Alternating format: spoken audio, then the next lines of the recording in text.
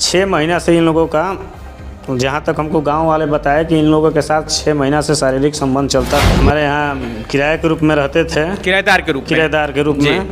उसके बाद इन्होंने 1 साल तक बढ़िया से हमारे साथ व्यवहार किए। अच्छा, मैंने थोड़ा सा भी शक नहीं हुआ। उसके बाद बोले कि आप गश्ती में जाइए। गश्ती में हम जाना चालू कर दिए। आपको नौकरी का प्रलोभन दिया गया। देखिए थानों में क्या चल रहा है ये भी एक पक्ष सामने आ गया है। एक ऐसे इंसान को जो बेरोजगार है, जो खेती बाड़ी करके अपना गुजारा गुजार रहा है, और उसको वो थानेदार इसलिए प्रलोभन देता है, इसलिए रात्रि गश्ती पे भेजता है, इसलिए पेट्रोलिंग पे देता है ताकि वो उसकी पत्नी पर हाथ फेर सके और उसके साथ रंगरलियां मना सके। बंद कमरे में वो बत्ती गुल करके जो कुछ कहे वो कर सके, ये जानते हुए कि उस घर में सिर्फ और सिर्फ पति और पत्नी रहते हैं। यही कारण है कि इन सज्जन को जो हमारे साथ स्क्रीन पे हैं, इनको नौकरी का प्रलोभन दिया गया और दिन की नहीं बल्कि रात की गश्ती दी गई ताकि उनकी पत्नी के साथ वो दारोगा, वो वर्दी वाला गुंडा मस्ती कर सके। यूपी के एसडीएम ज्योति मौर्य की बेवफाई का किस्सा सामने क्या आया। रोजाना एक ऐसी कहानी सामने आ रही जिसमें या तो पति या फिर पत्नी दोनों बेवफाई करने से चूक नहीं रहे हैं।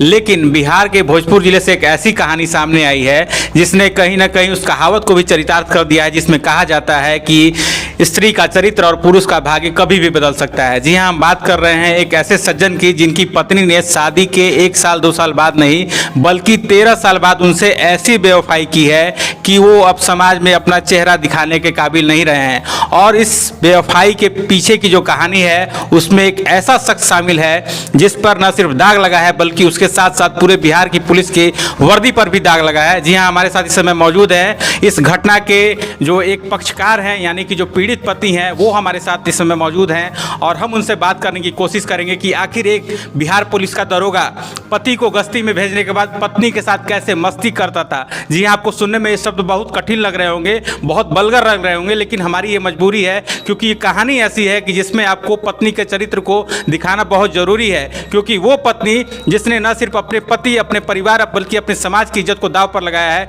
बल्कि कहीं ना कहीं वो पत्नी उस दारोगा के सहयोग से अब अपने सुहाग यानी कि पति की जान की प्यासी बन गई है। हम सीधे जुड़ते हैं, हमारे साथ वो भुक्तभोगी सज्जन मौजूद हैं। सबसे पहले हम आपका नाम जानना चाहेंगे। साहब, आपका नाम क्या है? जी, मेरा नाम मुन्ना तिवारी हुआ। मुन्ना जी, जैसा कि आपने हमें पहले बताया, कहानी के बैकग्राउंड में हम बता चुके हैं, ये बताइए कि ये प्रकरण कितने दिनों से चल रहा था? क्या आप उस दरोगा की मस्तीखोर जो प्रवृत्ति थी उसको आप नहीं पहचान पाए? आप कैसे पति थे? आपको कैसे अपनी पत्नी पर भरोसा रह गया कि आप उसको छोड़कर रात में गश्ती पे जाते थे, ये जानकर भी कि आपके घर में एक अनजान दरोगा आ रहा है और वो रह रहा है रात को? क्या कहानी था पूरा, जरा संक्षेप में हमें बताइए आप। जी देखिए, ये 2021 से हमारे यहाँ रह रहे थे, इतना ना विश्वास जमा दिए थे, बड़े भाई की तरह रहते थे। 1 साल के बाद हमको गश्ती में भेजना चालू कर दिए। हमारी पत्नी 13 साल तक रही, आज तो कोई शिकवा शिकायत नहीं था। उसके बाद हम विश्वास बहुत ज़्यादा इन लोगों पर दोनों पर कर लिए। घर में आते थे तो कभी एक बार एक झलक तक देखते भी नहीं थे जी। घर में पत्नी भी हम पर अनसाती थी कि किसी को ला करके क्यों बैठा दिए हैं आप, दूसरे जगह के मैंने वहीं अपना व्यवस्था कराइए, ये सब मैंने ऐसे कहती थी। हमको थोड़ा सा भी हमको शक नहीं होता था कि ऐसी घटना है।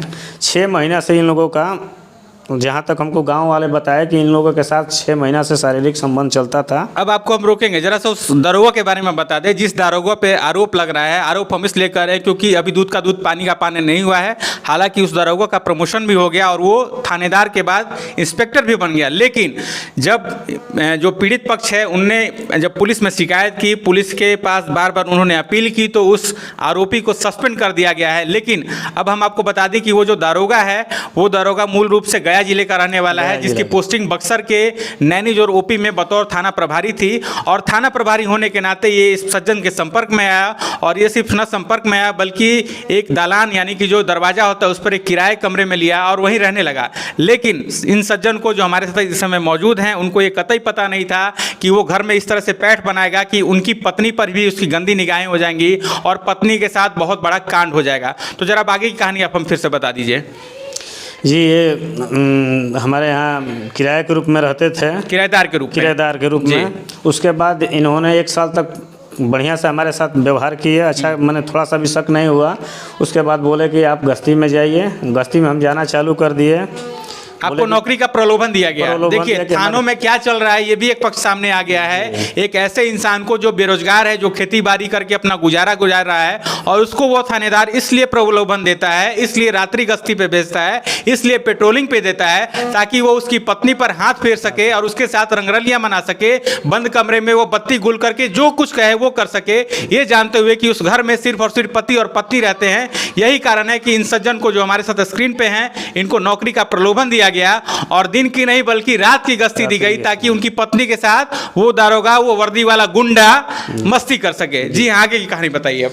फिर हमको जब मालूम चला, कुछ दिनों के बाद कुछ गांव वाले बोलने लगे, उसके बाद हमको शक नहीं हुआ। हम बोले कि ऐसा कर नहीं सकते हैं, लेकिन छठ में हमारे बच्चे आए थे, सभी लोग घर के छठ करने के लिए पूजा हम लोग। साहब आपका जो घर है उसके आसपास भी घर होंगे। हाँ, कहा जाता है कि घर की बात दीवारों से दूसरी दीवार तक चली जाती है। आपको किस पड़ोसी ने किस रूप में बताया, आपकी पत्नी को बदचलन किस रूप में करार दिया उन लोगों ने? पड़ोसी हमारे बताते थे कि देखिए आप घर छोड़ के जाते हैं तो आपकी पत्नी चारों तरफ से दरवाजा बंद कर लेती है, शीशा लगा लेती है, पता कुछ नहीं चलता है, इस पर थोड़ा सा नज़र रखिए, बदनामी हो रहा है। तो लोग कह रहे हैं कि गलत इनके साथ। जी हाँ, तब जाके हम फिर भी हम विश्वास नहीं किए, लेकिन हमारे बच्चे जब आए छठ में तो उन लोगों ने बताया कि पापा, बच्ची हमारी बताई कि पापा आपके दूध में क्या चीज़ का दवा पीते हैं। मतलब इनकी जो पत्नी थी वो एक तरीके से कहीं नहीं कि विष कन्या का भी रोल अदा कर रही थी। ये सज्जन जो हमारे साथ इस समय स्क्रीन पर हैं, इनको किसी तरह की बीमारी नहीं थी,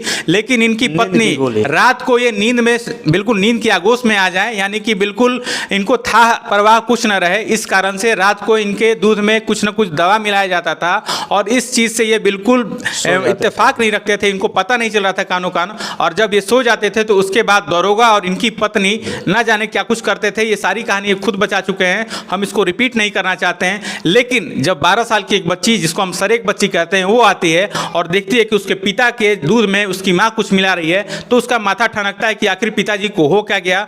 और वो बच्ची केयरिंग के भाव से अपने पापा से ये जानने की कोशिश करती है कि पापा आपके दूध में मम्मी मिलाती क्यों है। जब ये बात सामने आती हो तो उसके बाद की कहानी क्या है, ये हम फिर आपको इस वीडियो में आगे सुना रहे हैं। उसके बाद हम उस पर ध्यान रखना चालू कर दिए। फिर हम 25 तारीख को हम कहीं बोले कि जा रहे हैं, हम थोड़ा आएंगे लेट से। इन लोगों को पूरा पूर्ण विश्वास हो गया कि अब गए हैं तो 25 तारीख को आएंगे, मैं रात में आएंगे, थोड़ा लेट सेट आएंगे। हम आ गए 8:30 सवा 8 में हम घर में आ गए। आई निश्चिंत से देखे कि लोग अपना दरवाज़ा बंद करके अपना रात के 8 बजे जब आप घर पे पहुंचते हैं, आप दरवाजा नॉक करते हैं तो सबसे पहले तो आपने पत्नी को बुलाया होगा। आप तो सीधे दारोगा जी के रूम में गए नहीं होंगे। हम छुप के इन्हीं लोग के चक्कर में थे, इनके चक्कर में ही आपने फील्डिंग की थी। रोज आप 10 बजे आते थे, लेकिन उस दिन 8 बजे ही आ गए। 8 बजे आए तो आपने क्या देखा जब आपने दरवाजा खोला? तो क्या देखा? देखे कि ये लोग दोनों पलंग पर हाँ निर्वस्त्र होकर के अपना जी आपत्तिजनक अवस्था में थे। हाँ, उसके बाद क्या हुआ? तब तो आपको देखकर आपको लगा हो कि आप खून की घूंट पी रहे हैं। उसके बाद हम मोबाइल निकाले कि वीडियो बनाए। हाँ। जबकि मनोज पाठक हमारा मोबाइल हाथ से मार दिए, गिर गया, फूट गया। आपको बता दें कि मनोज पाठक उस वर्दी वाले गुंडे का नाम है जो फिलहाल सस्पेंडेड है और हमारे ख्याल से हमारी इस वीडियो के मांग से ये मांग करनी चाहिए कि उसको नौकरी से बर्खास्त किया जाए, क्योंकि सिर्फ वो एक साथ एक नहीं, दो नहीं, बल्कि 3 परिवारों को यहाँ पे जलील कर रहा है, बदनाम कर रहा है। पहला उसका खुद का परिवार, दूसरा इस पीड़ित सज्जन का परिवार और तीसरा बिहार पुलिस का परिवार, जिसकी साख इस वर्दी वाले गुंडे की करतूत के कारण दांव पे लग गई है। जी आगे की कहानी बताएं आप। आगे ये लोग हम जब देखे कि हल्ला करने लगे तो बोले कि ये तो हल्ला करेगा, जाकर के सब जगह बदनामी कराएगा। फिर हम अपने पत्नी को हाथ चलाना चालू किए कि तुम ये गलत काम क्यों कर रही हो। आपने अपने गुस्से को पत्नी पे निकाला। पत्नी पर कि तुम ये गलत काम क्यों कर रही हो। तब तक मनोज पाठक हमारा मुफलर लगा करके गर्दन छिपने लगे। पत्नी बोली कि अब दोनों मिल करके जान से मार देते हैं इसको, नहीं तो ये हल्ला करेगा, इज्जत का धज्जिया उड़ा देगा। मतलब अगर आप शरीर से कमजोर होते तो हो सकता है आपकी जान ले ली जाती। हम गिर गए। दारोगा ने सर्विस पिस्टल भी आप पे तान दी। उसके बाद हमको ये फाइट मुक्का से मारने लगे। जब हम भी अपना बीच बचाव करने लगे तो ये पिस्टल निकाल करके हम पर तान दिए, जिसे हम हल्का धक्का दिए पत्नी को, तो वो गिर के चौकट पर उसका सर फट गया। बिल्कुल जैसे तैसे हम भाग के अपना जान बचाए। फिर हम 2-4 आदमी को लाए, जुटा करके लाए, तो इनको बोले कि देखिए हमारे पत्नी के साथ ये ऐसे ऐसे काम कर रहा है। उसके बाद सुबह में उठ के ही भाग गया। तो इसके बाद जब आगे न्याय की गुहार लगाई, आपकी पत्नी अभी कहाँ है? पत्नी का क्या कहना है? पत्नी से आपने जब बात की होगी तो पत्नी को इस बात का कहीं ना कहीं तो एक उसको एहसास हुआ कि हाँ मैंने गलत किया है, मैं ये नहीं करना चाहती थी, मेरे साथ जबरदस्ती किया गया है, या फिर आप में ही कोई कमी थी कि आपकी पत्नी दूसरे गैर मर्दों की बाह में चली गई? नहीं, देखिए ये क्या किया है कि इन लोगों का पता नहीं, पत्नी का हमारा जैसे सुबह में हम इनसे पूछे कि क्या तुम्हारी कमी कुछ किए थे, तो ये सब बात बताई है जिसका मेरे पास रिकॉर्डिंग है, वीडियो रिकॉर्डिंग भी है, ऑडियो भी है। क्या बोली है पत्नी? हम उस रिकॉर्डिंग को नहीं दिखाएंगे, वो काफी अश्लील रिकॉर्डिंग होगा, लेकिन आपसे जानना चाहते हैं रफली। उसमें स्वीकार की है कि हमारे साथ 4 महीना से ये जब चाय लेकर के जाते थे, हमारा बाँह पकड़ के खींच लिए थे, खींच करके हमको लोभ लालच के मैंने वो एक बार बोले कि आज के बाद हम नहीं कुछ करेंगे। उसके बाद इन्होंने वीडियो हमारा बना लिए, उसी पर ब्लैकमेल करके कि हम अगर नहीं आओगी तो हम तुम्हारे पति पर वीडियो डाल देंगे। तो देखिए दारोगा की करतूत जरा सा समझिए। एक महिला जो सिर्फ और सिर्फ दारोगा होने के नाते या फिर किराएदार होने के नाते उसके पास चाय लेकर जाती है और वो दारोगा उसको जबरन अपनी बाहों में खींच लेता है और उसके बाद न सिर्फ उसका वीडियो बनाता है बल्कि उसको बार बार अपनी ओर बुलाता भी है कि अगर तुम ऐसा नहीं करोगी तो मैं इस वीडियो को सार्वजनिक कर दूंगा। आमतौर पर पुलिस के पास ये केस जाता है, लेकिन ये पहला मामला है जब एक पुलिस वाले ने ऐसा किया है और ये एक परिवार टूट गया है, लगभग मामला डिवोर्स तक जाने वाला है। और ये पीड़ित जो पक्ष है, ये पति है, ये किस अवस्था में है आप इस समय अपने स्क्रीन पर देख सकते होंगे। ये बताइए अब हमको जरा शॉर्ट में कि पुलिस ने जो कार्रवाई करनी थी वो कर दी, सस्पेंशन सबसे पहली कार्रवाई होती है वो कार्रवाई हो गई है। आपकी पत्नी क्या अब उस दारोगा के खिलाफ रेप की कार्रवाई या रेप की शिकायत करके FIR दर्ज कराने जा रही हैं, या फिर आप अब इस केस में क्या कुछ करना चाहते हैं? मनोज पाठक के कहना जैसे कह रहे हैं वैसे हमारी पत्नी कर रही है, उसको लोभ लालच दे दिया गया। अभी भी आपकी पत्नी मनोज पाठक के संपर्क में है? हाँ, अपना सिम निकाल दी है, वो अपना अलग सिम। तो फिर आप दारोगा को कैसे दोषी ठहरा रहे हैं? आपकी पत्नी बदचलन है, आपकी पत्नी बेवफा है, ये आप क्यों नहीं मानते इस बात को? इसलिए नहीं मानते हैं कि उसको पैसा का लोभ दिए हैं कि या कुछ वीडियो उसका वो हमसे बात बोली है। पैसा तो आपके पास भी, आपने भी 30 लाख की जमीन ले रखी है जैसे कि आपने हमें बताया है। इसका वीडियो जरूर कुछ हमसे अगर बात होता, एक बार भी बात होता तो क्लियर हो जाता। इसको बरगला रहे हैं, कुछ वीडियो है जो कि कह रहे होंगे कि हम भी वायरल कर देंगे, मतलब कुछ सेपरेसी का पॉइंट उन्होंने रखा है और इसी के हाथ में वो गिरफ्त में अभी भी रखे हैं। आपकी पत्नी क्या उनसे बात कर रही है? मोबाइल फोन कहाँ है उनका? आपने जब तो कर लिया होगा मोबाइल में, ये वहाँ लेकर चली गई मोबाइल। मायके आपने भेज दिया है? हाँ, मायके हम नहीं दिए हैं। पुलिस बुला करके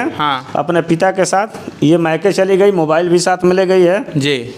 और इन लोगों से मनोज पाठक के साथ बातचीत होता है, लेकिन हमारे साथ बातचीत नहीं होता है, नहीं करने देते हैं। यानी कि उस महिला के बारे में जरा सा जान लीजिए, जिस महिला को अभी भी ये सज्जन अपनाने को तैयार हैं, वो महिला अभी भी उस हौसी दारोगा के संपर्क में है जो इसकी इज्जत आबरू लूटने के साथ दोनों घर को लगभग तबाह कर चुका है। बावजूद इसके वो महिला जो इनकी पत्नी है वो अभी भी मायके से उससे संपर्क में है और ये सज्जन अब चाहते हैं कि इस मामले में कार्रवाई हो, सिर्फ सस्पेंशन की कार्रवाई नहीं हो। आगे क्या होना चाहिए सस्पेंशन के अलावा? हम सोच रहे हैं कि हम प्रशासन से यही मांग कर रहे हैं कि हमारा FIR हो। 1 महीना से हमको दोनों बक्सर का भी वो बोल रहे हैं कि भोजपुर में जाइए, भोजपुर वाले बोल रहे हैं बक्सर में होगा। 2 जिलों का मामला बताकर आपको टरकाया जा रहा है, दफा कर दे रहे हैं। देखिए पूरी कहानी आपने सुन ली आनंद इसकी जुबानी। हम भी आपको आगाह करते हैं कि अगर आपके घर में कोई भी अपरिचित आता है या फिर अभी ऐसे समय में जब इस समय स्मार्टफोन का जमाना है, आपकी पत्नी आपकी बच्चे किससे संपर्क में, किससे चैटिंग कर रहे हैं, किससे सर्फिंग कर रहे हैं, किससे व्हाट्सएप कॉल कर रहे हैं, जरूर इसका ख्याल रखिए,